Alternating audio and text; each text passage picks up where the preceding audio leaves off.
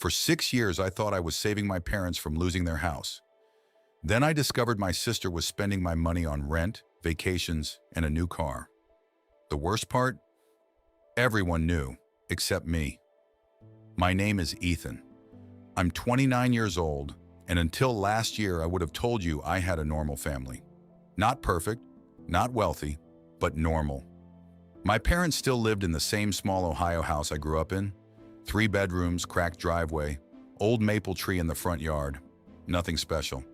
My younger sister, Chloe, lived in Chicago, and if you met her, you'd probably like her. Everyone did. She was funny, outgoing, confident, the kind of person who could walk into a room full of strangers and leave with 10 new friends. My parents adored her. Actually, adored isn't the right word. Protected her. That's the right word. Every problem Chloe had became a family emergency. Bad boss? Emergency. Breakup? Emergency. Argument with a roommate? Emergency. Meanwhile, if I had a problem, I was expected to handle it because I was the responsible one. At 23, I got a call from my mom that changed everything. She was crying. Real crying. The kind that instantly makes your stomach drop. She told me Dad's hours had been cut, the mortgage was behind, bills were piling up, and they didn't want Chloe worrying because she was already going through a difficult time. At the time, I had just started earning decent money. Not rich, not even close, but enough to help. So I sent them $600. I still remember what Mom said. "You saved us, Ethan." That sentence hit me harder than I expected. Because when your parents tell you that you saved them, it feels important. It feels like you've finally become an adult. After that, the requests kept coming. $400 for the electric bill, $700 for property taxes, $300 for Dad's medication, $900 because the furnace almost died. Every single time there was a reason. Every single time it sounded urgent. And every single time I sent the money. Whenever I asked if things were getting better, Mom always gave the same answer. "We're close. Just a little longer. We almost made it." A little longer became 6 years. 6 years of transfers. 6 years of helping. 6 years of believing I was keeping my family afloat. I stopped taking vacations. I drove the same old Honda with a cracked windshield. I skipped trips with friends. I even turned down a destination wedding because I couldn't justify spending money while my parents were supposedly struggling. And through all of it, Chloe's life looked amazing. Rooftop restaurants, weekend trips, designer handbags, fancy apartments, Instagram photos that looked like advertisements. Whenever I asked how she could afford any of it, Mom always had an answer ready. "She's networking. She's building her career. Young people invest differently now." Looking back, that should have been my first clue. But the real clue was Dad. My father used to have opinions about everything. If something was stupid, he'd say it was stupid. If something didn't make sense, he'd say it didn't make sense. But whenever Chloe came up, he went quiet. Not distracted, not uninterested. Quiet, like he was afraid of saying the wrong thing. I noticed it. I just never understood why. The beginning of the end happened on a Tuesday morning. I was sitting at work when I got an email from my mom. Subject line, "Can you print this?" Nothing unusual. My parents asked me for random tech help all the time, so I opened the attachment and immediately froze. It was a screenshot of a bank transfer. Not to a utility company, not to a mortgage company, not to a hospital, to Chloe. Amount $1,200. Memo, rent, March. I stared at the screen, once, twice, 3 times. Maybe I was missing something. Maybe there was an explanation. Then another email arrived. This one had no attachment, just one sentence. "Sorry, honey, wrong email." And suddenly, everything felt different. My stomach dropped, because for the first time in 6 years, I started wondering if the money wasn't going where I thought it was. I called Mom immediately, no answer. I called Dad, no answer. Then I texted Chloe. "Are Mom and Dad paying your rent?" She replied almost instantly. "What?" I sent the screenshot. 3 dots appeared, disappeared, appeared again. Then she sent one message. You should talk to Mom. And right there, before anyone admitted anything, before anyone explained anything, I knew something was very, very wrong. That night, my mom finally called. The moment I heard her voice, I knew something was off. She sounded calm. Too calm. The kind of calm people use when they've already prepared their excuse. Ethan, she said softly, you're misunderstanding. I laughed. Not because anything was funny, because if I didn't laugh, I was going to lose my mind. Am I? There was a pause. Then she sighed. Your sister needed help. I stared at the wall. For a second, I genuinely thought I misheard her. Help? She was going through a difficult situation. Mom, I sent you money for the mortgage. Silence. Long silence. Then she finally said it. And that money helped the family. The family. That phrase hit me like a punch, because suddenly I understood something. Whenever they wanted something from me, it was for the family. Whenever Chloe wanted something, it was also for the family. Funny how that worked. I took a deep breath. Was my money going to Chloe? Another pause. Then, not all of it. Not all of it. That was the first honest thing she'd said all night. I asked how much. She said she didn't know. That answer made me angrier than anything else, because she knew. She absolutely knew. I told her to put Dad on the phone. She immediately answered. He's sleeping. I looked at the clock. 7:30 p.m. My father had worked morning shifts his entire life. He wasn't sleeping. He was hiding. And somehow, that hurt almost as much as the lying. The next morning, I got in my car and started driving. 12 hours, Ohio. I didn't tell anyone I was coming. I wanted the truth before they had time to prepare another story. The entire drive, I kept replaying the last 6 years in my head. The emergency furnace, the medical bills, the overdue mortgage, the property taxes, every transfer, every excuse, every time my mother cried, every time she thanked me. By the time I pulled into the driveway, my stomach was in knots. Both of my parents' cars were there, and so was Chloe's. That immediately confused me, because that morning she had posted an Instagram story from what looked like a coffee shop in Chicago. I sat there staring at her car. Then I got out and walked to the front door. That's when I heard voices. Mom, Chloe, Dad, talking. I stopped. Mom was speaking first. You shouldn't have replied to him. Then Chloe. I panicked, then Dad. He was going to find out eventually. Eventually. That word hit me hard, because it meant they all knew. Every single one of them. Then Chloe said something I'll never forget. Okay, but why's this my fault? You guys told me he could afford it. I froze. My entire body went cold. Because in that moment, I wasn't Ethan. I wasn't a son. I wasn't a brother. I was a budget, a source of income, a problem solver, a walking bank account. I opened the door. The room went silent. Everyone turned toward me. Mom actually gasped. Chloe looked irritated. Not scared, not guilty, irritated. Like I had interrupted something important. Dad immediately looked down at the floor. He couldn't even look at me. I asked one question. How long? Nobody answered. I asked again, louder. How long? Mom recovered first. Ethan, lower your voice. That did it. Something inside me snapped. I said, I skipped vacations. I drove a broken car.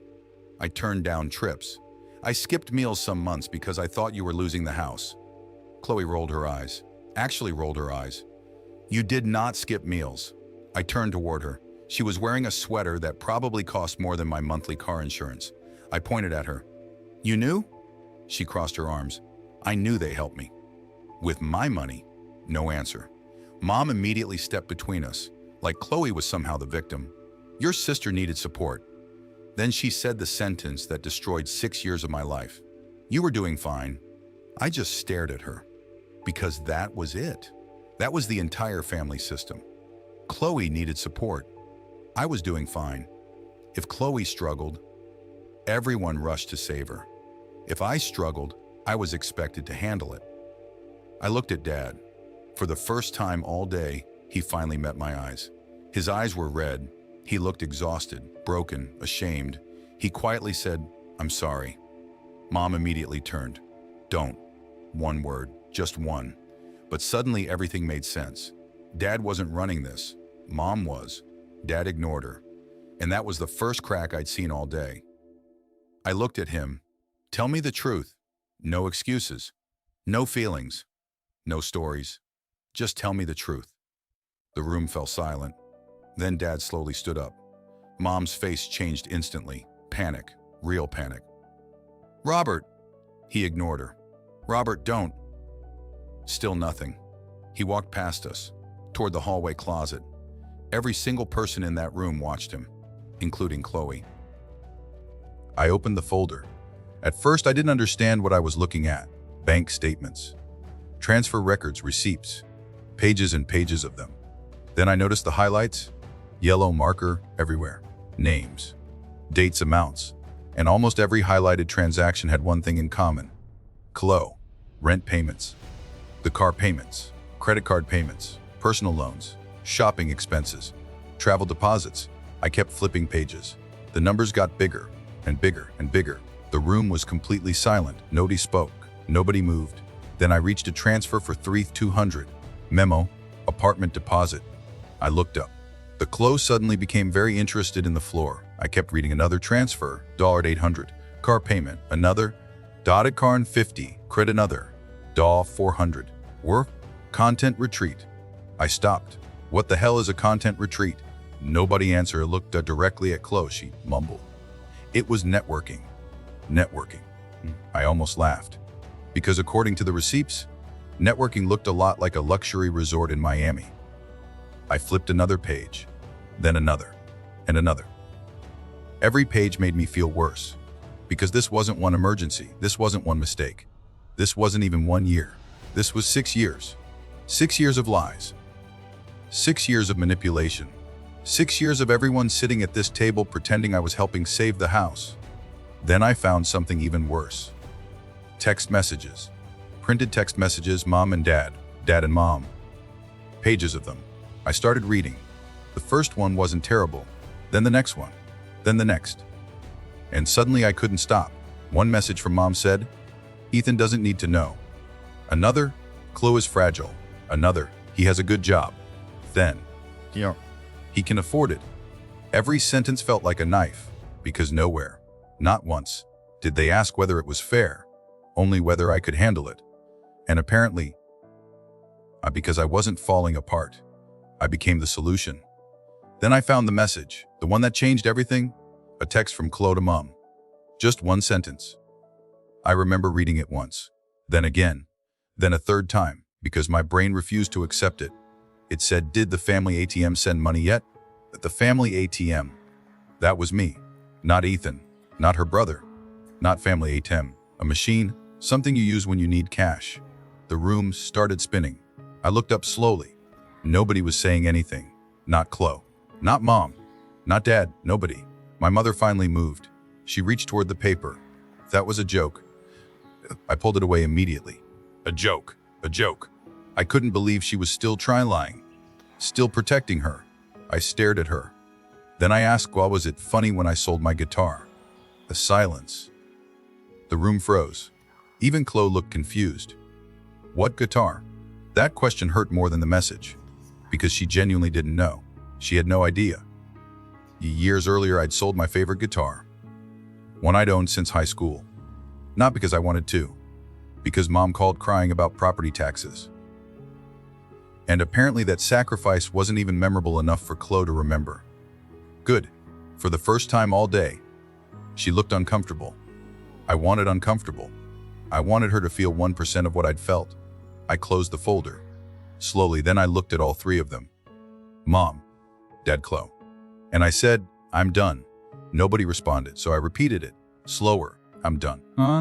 No more monthly transfers. No emergency money. No rent money. No car money. No last disasters. No, just this once. Nothing. The mom's face changed instantly, like someone flipped a switch. The tears disappeared. The sadness disappeared.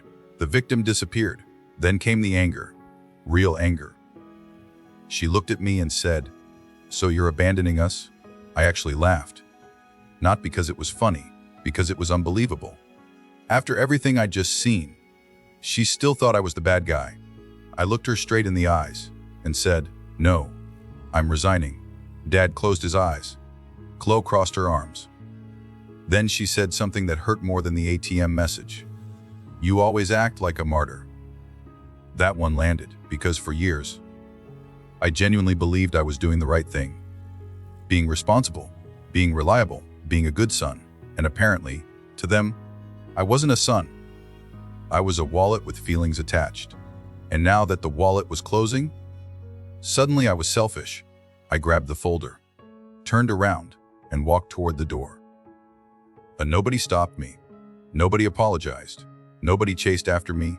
As I stepped outside, I realized something. The house had never been the thing I was saving. The lie was. And for the first time in 6 years, I had finally stopped paying for it.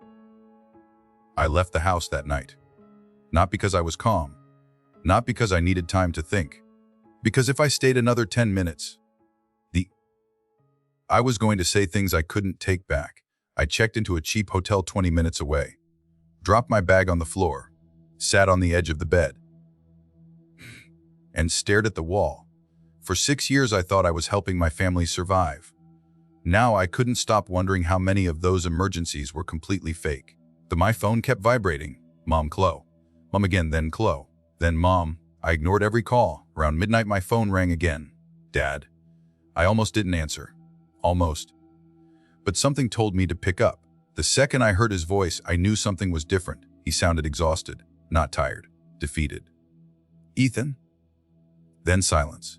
A long silence. Finally, he said, "I need to tell you something else." My stomach dropped. Because there is nothing worse than hearing those words after your family has already destroyed your trust. I asked, "What now?" Another pause. Then Dad said, "The mortgage was never in danger." I felt my entire body go cold. What? The mortgage was never in danger. I sat there staring at the hotel wall, waiting for him to correct himself, waiting for him to explain, waiting for anything. Instead, he continued, "We fell behind a few payments years ago. A few. We caught up. Quickly." Then he said the sentence that made me angrier than everything that came before. "After that, your mother kept asking because it was easier than telling Chloe no." I couldn't speak. For a second, I honestly couldn't breathe. 6 years. 6 years. 6 years of stress. 6 years of sacrifices. 6 years of guilt.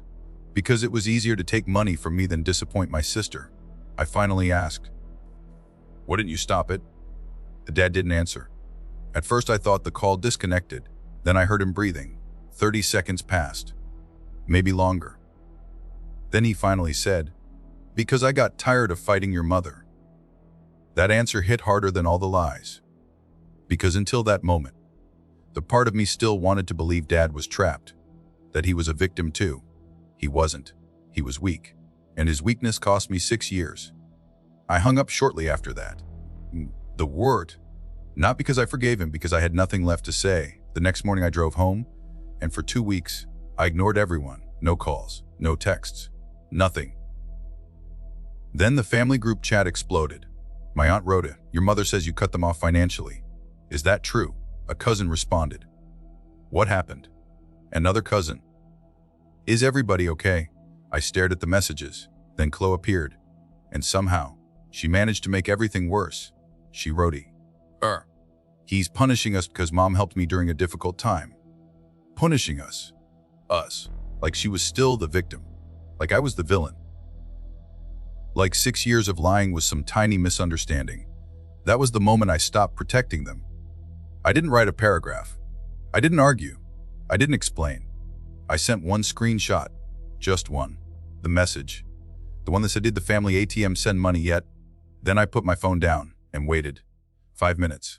Nothing. 10 minutes. Nothing.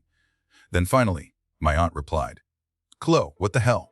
Another cousin, "Please tell me that's fake." But then another. "Are you serious right now?" The excuses started immediately. Chloe claimed it was a joke. Nobody laughed. Then something beautiful happened. For the first time in my life, Nobody defended her, not one person.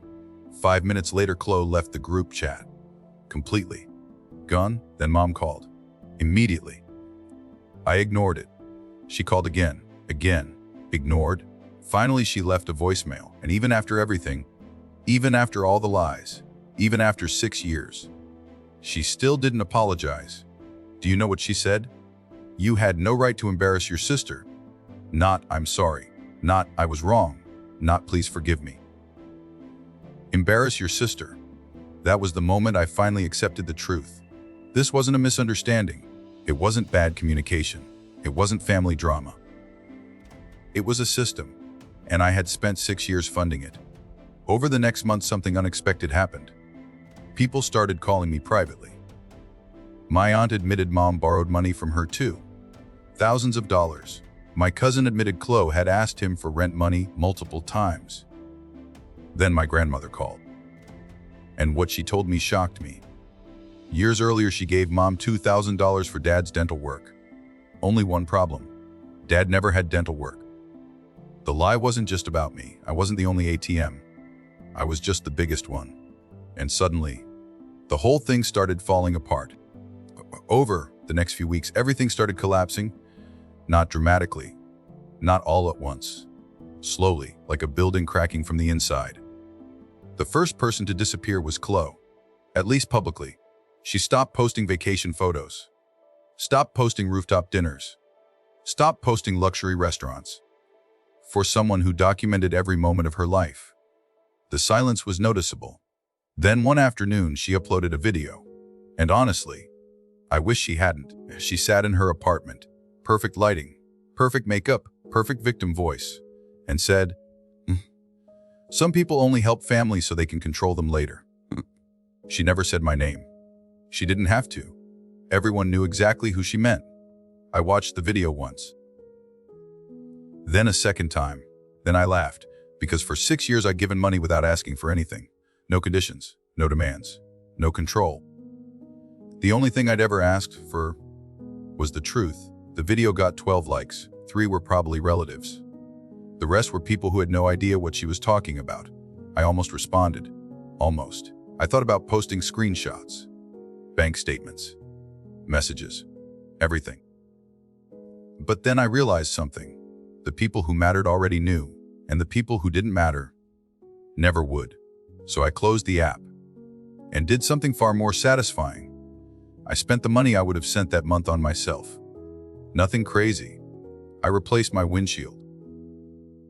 The same cracked windshield I'd been driving around with for years. The crack had become so normal I barely noticed it anymore. Kind of like the lies. The next month I paid off a credit card. The month after that, I booked my first real vacation in 7 years, 4 days in Utah. Nothing luxurious. No fancy resorts. No influencers. No networking retreats. Just mountain silence and freedom. I remember standing on a trail during sunset, looking at the horizon, and realizing something strange. For the first time in years, nobody needed anything from me. Nobody was waiting for a transfer. Nobody was about to call with another emergency. Nobody was about to cry on the phone. And honestly, it felt incredible. On the last night of that trip, my phone buzzed, "Dad." Just one text, 3 words, "I'm proud of you." I stared at the screen for a long time, longer than I should have, because those were words I'd wanted to hear my entire life. But they arrived years too late. Finally, I replied, "I needed you to be proud of me before I stopped." But the message showed delivered. Then nothing. No response. Not that night. Not the next hour. Nothing. The following morning, I woke up to another text. Just 2 words. "You're right." And somehow, that hurt more than if he'd argued, because for the first time, he wasn't defending himself. He wasn't defending Mom. He wasn't defending Chloe. He was admitting it. He knew. He had always known. That was the closest thing to accountability I ever got from him. And honestly, it was enough. Not forgiveness, but enough. Months passed. Chloe eventually moved out of her expensive apartment. Apparently, networking gets a lot harder when someone else stops paying the rent. Funny how that works. Dad and I still talk occasionally, not often. But honestly, one day he admitted something I'd suspected for a long time. He said, "We looked at you and saw the one who could handle it." I immediately replied, "That doesn't make it okay." He nodded. Even though we were on the phone, I could hear it. "I know." And for once, I believed him. As for Mom, nothing really changed, at least not for her. She still tells people I became selfish after getting a better job. She still tells relatives I abandoned the family. She still acts like she's the victim. Then last month she sent me a birthday card. Inside was a handwritten note. I almost threw it away without reading it, but curiosity won. The note said, "I hope someday you understand that parents do what they think is best for all their children." I read it once, then again, then one last time. And suddenly I realized something. After everything, she still didn't understand, or maybe she did, and just didn't care. Because the problem was never that she loved Chloe. I would have understood that. The problem was that she loved Chloe with my sacrifices. She protected one child by using another. So I took the note, walked over to my shredder, and fed it through, piece by piece. Then I watched the words disappear. Not out of anger, not out of revenge, out of clarity. Because for years guilt sounded exactly like my mother's voice. Every time I spent money on myself, I felt guilty. Every time I said no, I felt guilty. Every time I chose my own life, I felt guilty. Then I remembered something. I still had the folder, the bank statements, the screenshots, the transfers, the proof. Sometimes I open it, not because I want revenge, not because I enjoy being angry, because memory lies. Worse, especially when family is involved. And every now and then, that old voice still whispers, "You abandoned them." When that happens, I open the folder. I look at the numbers. I look at the messages. I look at the words. Deed, the family ATM send money yet. And I remember the truth. I didn't abandon my family. For 6 years, I thought I was saving them. The truth is, I was financing the problem. And the day I stopped paying, the lie finally ran out of money. Thanks for watching the video. Don't forget to subscribe and like if you want more interesting stories.